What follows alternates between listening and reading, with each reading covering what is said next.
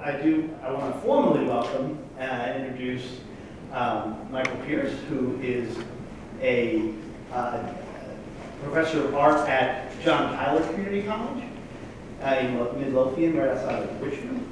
And he has graciously come and brought a whole bunch of work with him that we've been living with for a number of weeks now.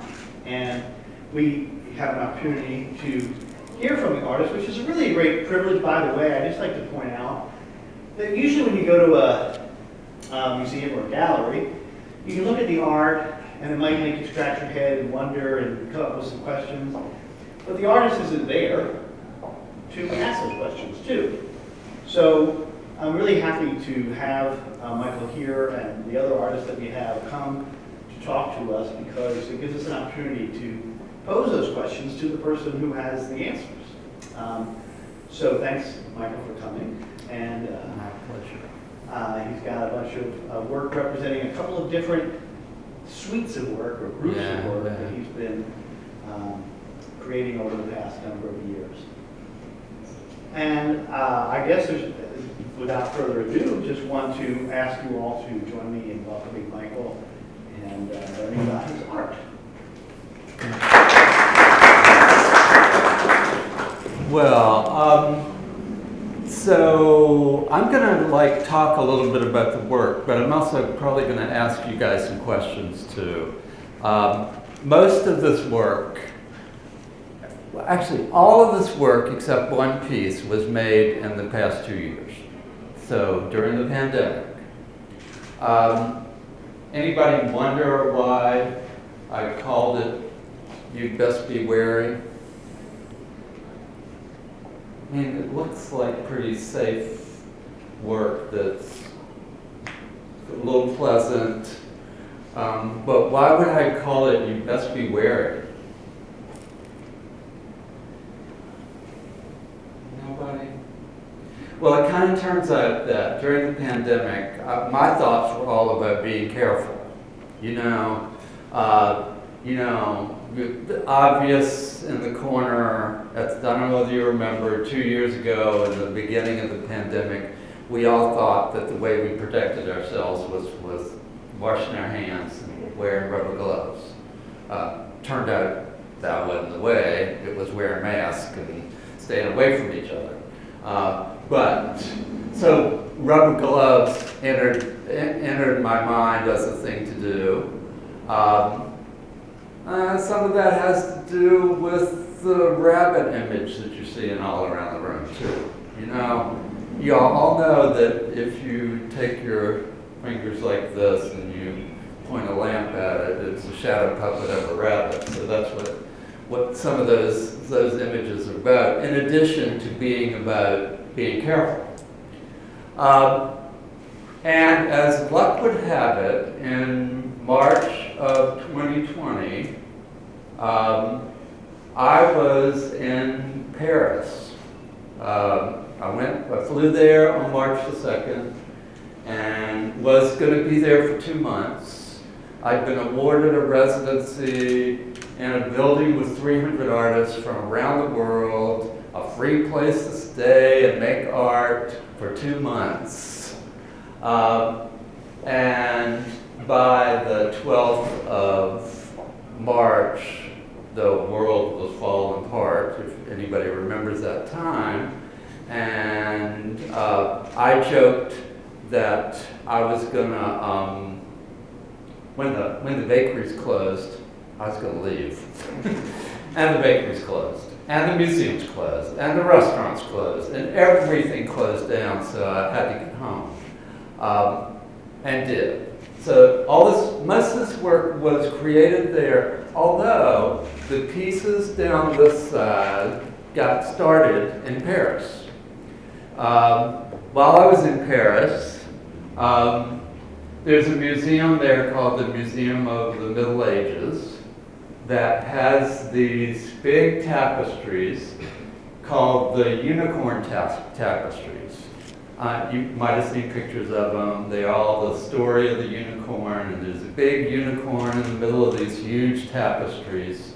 And there's 7 of them, and 7 unicorns, but there's 30, 40 rabbits all hopping around these tapestries. And so these images are all based on the rabbits that are in the unicorn tapestries. And that's what I was planning to do while I was in Paris, was like really dig deep and see what I could do with those. There are also some foxes in the unicorn tapestries. And so I adopted those images as well to try to do some work about. And all that became a little bit of a metaphor for what was going on in the world. You know, the viruses, the fox became the virus, the rabbits became us. You know, so that's some of what this is about. I also, when I got home, started taking some of those rabbit images and adding wings to them. The rabbits in the unicorn tapestries don't have wings, but I love that idea of a flying rabbit, you know. And I had some wallpaper samples, so that's what those two pieces at the end are done on. They're done on wallpaper samples. All of this work is oil pastels. Has anybody ever worked with oil pastels? You have. So they're like crayons, except they melt a little bit from the movement and from the you know, your hands. It's a little bit like drawing with lipstick for you girls that wear lipstick, or boys that wear lipstick. And you can get really intense color out of it. So these are oil pastels and some, those don't have gilding in them. Some of these have gilding. I'll talk about that in a minute. So these are not my invention. The images aren't. I've changed them a little bit, but I basically took the image from the unicorn rabbits, modified them some, took them out of their context, and kind of zeroed in on them, and played with backgrounds. You can see on the foxes, I played with stenciling. I made a stencil of a piece of plastic with poked holes in it. And that's what the background of these couple of rabbits over here are. My favorite bunny here of this series is this one. And that came from the summer of 2020 when the George Floyd stuff was happening. And I read this poem that a black minister had written that said, like all creatures, we are all touched by the moon and the sun. And I wanted to honor that statement, so I used like all creatures as the title for that one, and that's my homage to the black rabbit there. Title. So I use rubber stamping. You can see rubber stamping along all of these. These weird titles that say things like smell and hearing and those kinds of things, those are direct from the unicorn tapestries. That's what they're called. Each of the tapestries has a sense name to them. And those rabbits came from the one that was about smell, the one was about hearing, those kinds of things. So that's those rabbits. And I've talked a little bit about these, how they entered into it. So, as you can tell, drawing is important to me. I get confused with what I am, whether I'm a drawer or a painter. You know, color is important to me, and the mixtures of color, but the process of drawing is really important to me. I play loud dance music when I paint and draw, and I move, and I stand up, and you see a rhythm in my drawings or paintings or whatever they are, and that rhythm is there because it's my body, you know, my heartbeat and the sound of dance music that's giving me that kind of thing. And so that becomes a really important part of it, and I try to take that over into these pieces. So these are watercolor, but they're watercolor paint and watercolor crayons and sticks. And so I use the watercolor pencils and crayons to make those lines while I was listening to music. And then I decided, again, it's all about being careful or take a risk. It was like, okay, let's really take some risk here. I took a house paint brush, a 3-inch house paint brush, and that's how they're activated. You know, they look like a pastel drawing until I took a 3-inch house brush to it and started to like slinging clear water across it, and that activated the color in a different way than I was used to using before. The quotes that are on here, the text that's on these, all come from the Canterbury Tales, which I never really understood or read when I was your age. And the Canterbury Tales all have different stories. You know, each tale is different. And there's one called The Pardoner's Tale, which, the Canterbury Tales were written during the time of the Black Plague. So again, another pandemic going on. And The Pardoner's Tale is all about life and death and about being careful. And that's where the title of the show came from. It's You Had Best Be Wary. It's right at the beginning of the story. And all of these, the text in each one of these comes from some passage in the Canterbury Tales. So I'm trying to incorporate a plague from, you know, hundreds of years ago to a plague that's going on now, or was really going on at the time they were done. And then we get to these bunnies here, and if anybody's familiar with my work, this is the tradition that this is what people expect of me. They expect for me to do an energetic rabbit.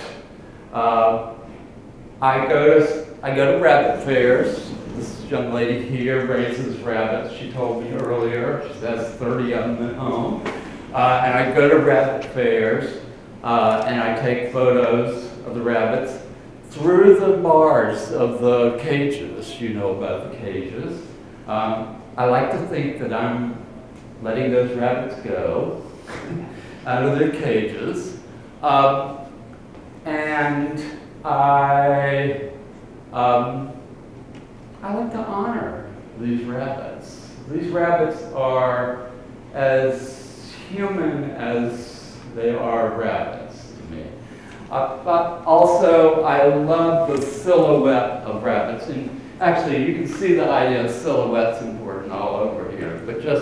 And I emphasize that with the gold leaf and the silver leaf in the background. What else is in the rabbits? So this young lady here asked me why rabbits, and everybody always asks me why rabbits. You know, I don't know. I've been doing rabbits since I was probably in my late 20s, early 30s, and I started out going to state fairs and just photographing prize-winning rabbits, and then just started really looking at them in other ways. So rabbits are, you know, they're a loaded subject. You know, they are safe for your kids to be around. you know? We give children stuffed rabbits. They're prey, you know? Foxes go after them. Other big animals go after little rabbits. They eat your gardens and destroy things. They reproduce like rabbits. So there's that kind of adult part of them. So they've got all of this kind of baggage with them in some ways, and this loaded symbolism. But in stories about rabbits, rabbits are two things. They're the trickster, Bugs Bunny, you know, but they also symbolize hope.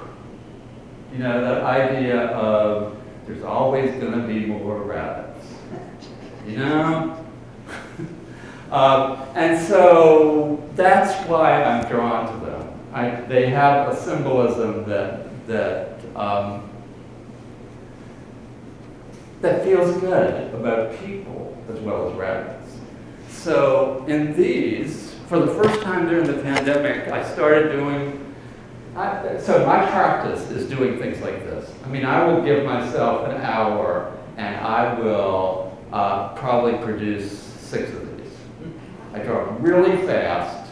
I mean, you know, I take some time later to lay on layers of gold leaf or to do a background or something like that, but I draw really fast.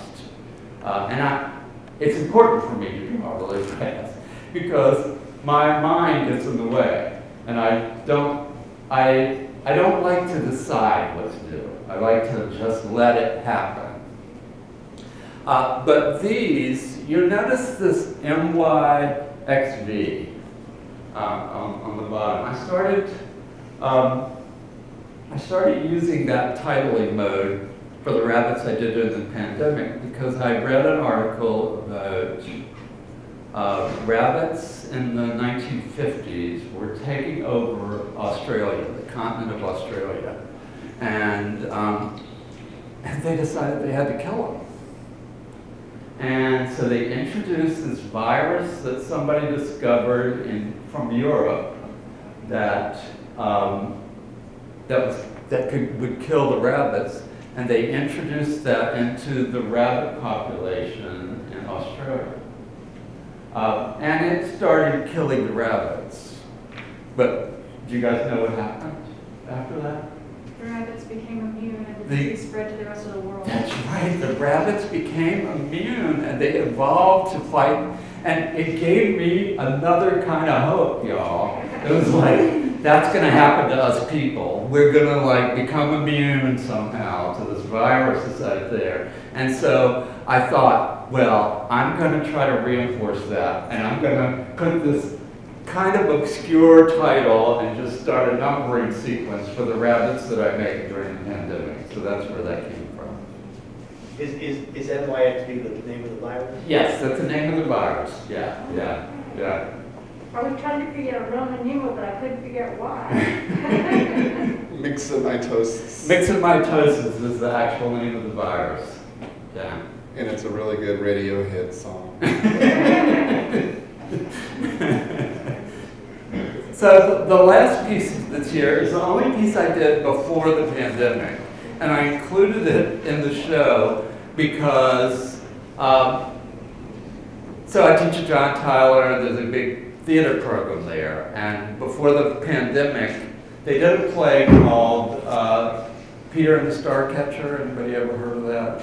It's kind of about, it's the backstory for kind of what happened after Peter Pan. It's funny, it's ridiculous, and rubber gloves show up in that play. Captain Hook gets his hand chopped off, and in the play, the instructions are have a rubber glove fly across the stage. So, and there's a yellow bird that shows up instead of Tinkerbell all the way through the play. And so I did a whole series of drawings of the yellow bird, and I called it Keep Your Cats in the House, because the cats are killing a lot of our birds. And so again, it was a piece that somehow for me connected to the rest of these, that idea of safety and being careful and risk and all of those things.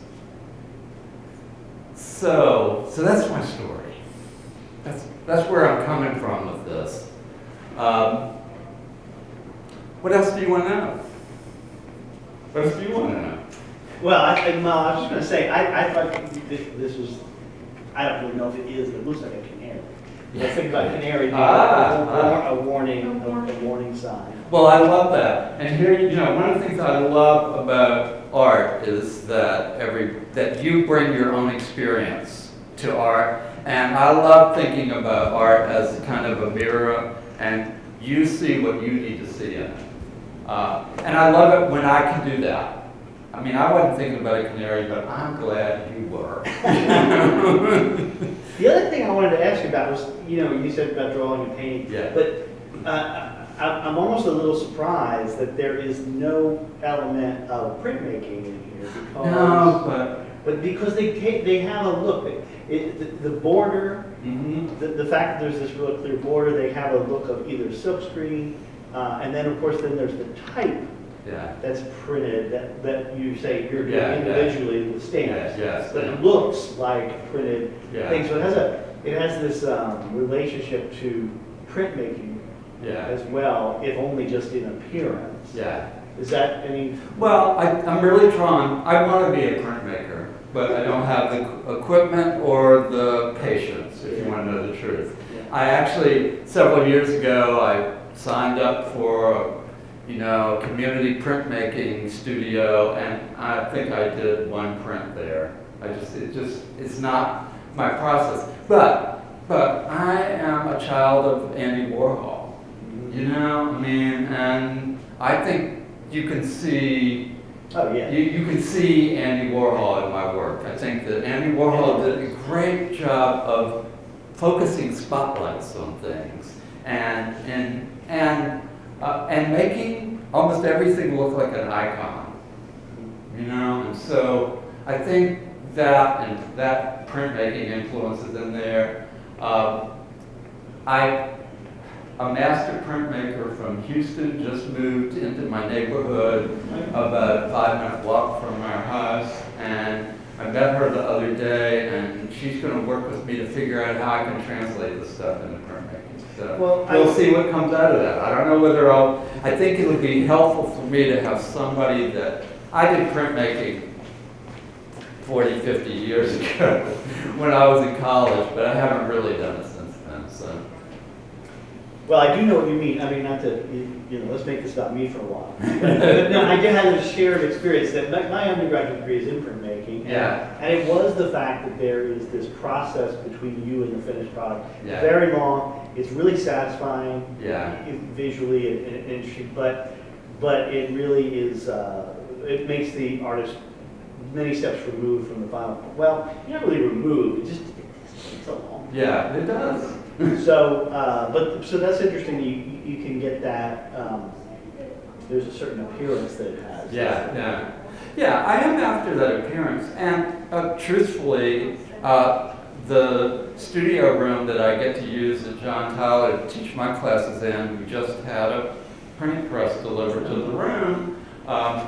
It's still waiting for felt and some other equipment, but we don't have printmaking classes there now, but we're trying to figure out how to use it, and I'm going to be the test patient, I can tell you that. That's right. That's good. Anybody else got questions? Yeah. On the theme of being careful with these rabbits, you mentioned the virus on the bottom. What I remember from my rabbit care class is if you have pet European rabbits, you are not supposed to leave them outside overnight, because mosquitoes can carry that virus from Australia, and if it gets in your European rabbits, it will kill all of them. Oh, that's news to me. So Yeah. they're not Be very a careful with keeping your rabbits away from mosquitoes. Mm-hmm. There was actually a thing with that in California a few years before I got my rabbit, where a bunch of people's rabbits were dying because the disease came back. Yeah, that idea of being, I mean, now, The wild American rabbits, the cottontails, they're not affected by at all, so it can just survive in their population, and every once in a while it comes back into the European rabbits. yeah, yeah. I mean, you all know this, but we sometimes forget it. There's so much we can learn from nature about our human processes as well. And so, and rabbits have been a safe way for me to deal with those things for years, and I'll continue to do it. You know, I've done portraits, I've done all sorts of other art, but I still return to this rabbit motif because it feels good. And I will have to admit, because I told, what's your name? I keep calling you the young lady, but what's your name? Allison. Allison. I told Allison that in Richmond I am known as the Rabbit Man. You know, and It's Allison true. said she's known as the Rabbit Lady. So, other questions folks have? You know, I was trying to figure out these titles every time that I come through and look at these. And now that you tell us about the unicorn tapestries, I've seen a book of them. Have the pleasure of seeing them, but I haven't seen a book of them. Yeah. And now I want to go back and look at those again so I can Yeah, figure out yeah. the practice. But it really helped to have you explain. Well, you know, I will say that, you know, I want people to have to do a little work. And I like the idea of mystery in art too. So, you know, some of these are a little bit random in their titling, and most of it's pretty intentional, the titling is. But I don't mind telling people where it comes from, but I also, if I'm not around, I want you to have to scratch your head and go, what in the world is this about? You know? I want you to get involved in the process. Because that's what I like about looking at art. You know, I like having to figure it out. Or not figure it out. The mystery is just as good as knowing what it's about. So. Other questions? I share that idea. And so the way this works, you know, when you look at art, I mean, that's a really good way to think about what the here comes teacher me coming in about. So when you look at art, what's the deal? Well, look at the titles, especially you walk into a show like this, and the titles are very, very prominent. I mean, that's so you've seen many shows. I hope you have seen things where artwork's untitled. Yeah. That's a real common thing. Sometimes it's a bit of a cop out. Sometimes it's on purpose. But you come in here and it's like no, the titles are actually very intentional. They have to be. They're so big. And they're on the piece. They're not even, it's not relegated to a label. It's in there. And so you look at this image and you can recognize it as a fox very immediately, but then there's this weird word under there. And so, the idea is that then you say, well, what's that? And you don't have to go to a library. You can just, I shouldn't make assumptions, but most people would just reach for their magic toolbox, their phone, and they would look it up and they say, oh, it's like French. Yeah, yes, it is. That's what it is. It's French for fox. And so then you would say, well, then what's French about this? Why is he saying it? Why is he making it about French foxes? And then, it leads you down. It leads you down a Rabbit hole. So, that's the, you kind of notice that. Yeah. That's the kind of a way to think about this. And that if the artist, in this case, I always think of titles as the last chance for the artist to say something specific or to say something verbal. And so that makes you, you could probably Google NYXV. I bet you could find out a lot. Find out that whole story. And it is really interesting that that's about, because I maybe missed the part, but like, the reason they overran Australia was they were not native, right? They were I think that's true. So Red here Rabbit's you not released. what's that? Red rabbits that got released, like the anacondas. Right, that's what it was. Yeah. So you have an introduced idea, and then it becomes like that old book about, Yeah. like you have mice, and you get cats, Yeah, and you get yeah, cats, yeah. and you get dogs, and you have dogs, and you get lions, and you have lions, so you get elephants. You get rid of the elephants by introducing mice. Right, right. That's so. So that's really kind of interesting how it all ties into this idea of an introduced virus or Yeah, introduced yeah. invasiveness. Yeah, the other thing that I grapple with is that just about the virus itself that we're dealing with, COVID, that, it's part of nature too. And, I know we like thinking of it as the evil thing. It's neither good nor evil. It's just a part of nature. And reckoning with that and dealing with that is a lot of what me doing this work was about. That nature has these cycles and, prey and, all of those kinds of things. And we forget that. We forget that we're part of nature, too, The life and death cycle that happens all around, too. Yeah, I like and I don't like talking about this a lot because I also love a cute rabbit, And so, but the work is about way more than that. So.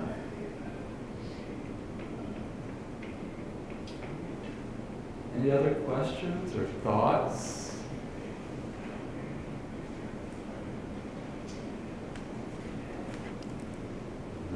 Any questions about process or media or anything like that? Try oil pastels if you've never tried them.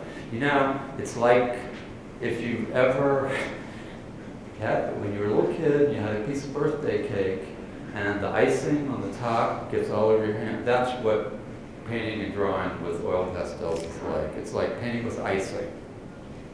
It gets, like I said, the warmth of your hands kind of melts it as you're working with it, and it's fun. Messy, but fun. Well, I just remember one last thing I wanted to say about it. But is what I think is that you can see is that you're very open to these various techniques and combining traditional drawings and different media and letting them coexist. But I think that one of the things that, just from my observation, is that then these borders, they kind of introduce this idea of sort of controlling it. Yeah. And so there's this looseness of the willingness to like combine all kinds of different things, which people really feel confined, like I'm painting in oil paint, so I have to only use oil paint. Right. Oh yeah. But you get very loose, but then you keep it with the borders really kind of keep it controlled. Yeah, that's a good point. Is that so I go to Lowe's, I get house paint mixed up to the color that I swatch that I make this with. I use oil pastels. I don't mind if there are drips. The process is important to me. Meaning that action of making paint. So finding you can find the way these are all made. There's the messiness of the border there that's really important for me to see. But I'm also going to straighten it up for you at the last minute. I want you to see fingerprints. I want that paint to go outside the frame. But I'm also going to tape a border so that the watercolor doesn't totally fly off the page. So, yeah, there is that element there. It's really great observation. All right, well, if there aren't any more questions, just want to end it all by giving a little Patrick and Henry Community College gift bag to thank you for this sharing your work and sharing your time and sharing your Thank thoughts. you for asking me to do this. I love seeing it in the space. This is the first time I've seen it here. Jerry did a show with John Tyler and bought his work up there and bought this back and hung it for me, so it's nice to see it here. I'm glad y'all got to see it for a while. We are too. Thanks so much. Really appreciate it.